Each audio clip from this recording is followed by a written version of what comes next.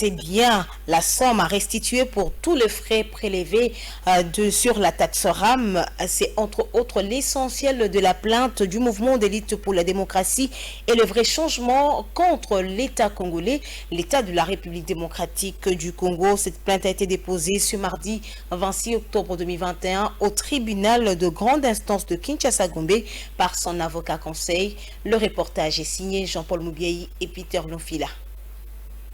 Nul n'est ignorant de la problématique de frais perçus pour le RAM.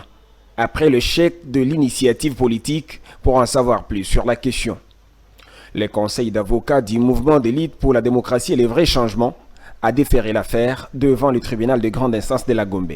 Toutes ces sociétés ainsi que la République démocratique du Congo et les ministères sus-allusionnés sont déférés devant le juge ce jour, aux fins de pouvoir 1. Restituer tous les frais des RAM tels que prélevés depuis janvier jusqu'à ce jour. Les juges ordonnera la cessation de tout prélèvement de RAM, de frais relatifs au RAM. Le conseil d'avocats du MDVC estime que gouverneurs et gouvernants sont tous soumis à la loi. Ces assignés seront obligés de payer les dommages et intérêts de l'ordre de 200 millions de dollars américains, valeur payable en francs congolais.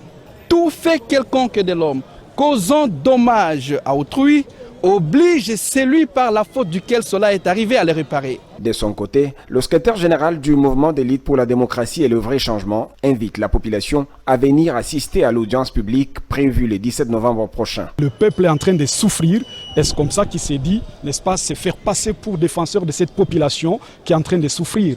Et ce que nous attendons, c'est qu'au niveau de l'Assemblée nationale, on a constaté que les deux pouvoirs, je cite le pouvoir, n'est-ce pas, législatif et celui exécutif, ont, n'est-ce pas, agi dans une certaine connivence.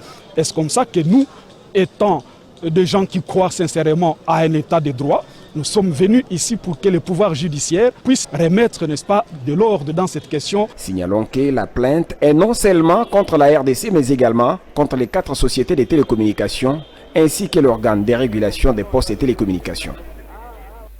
Les conseillers de la République ont adopté le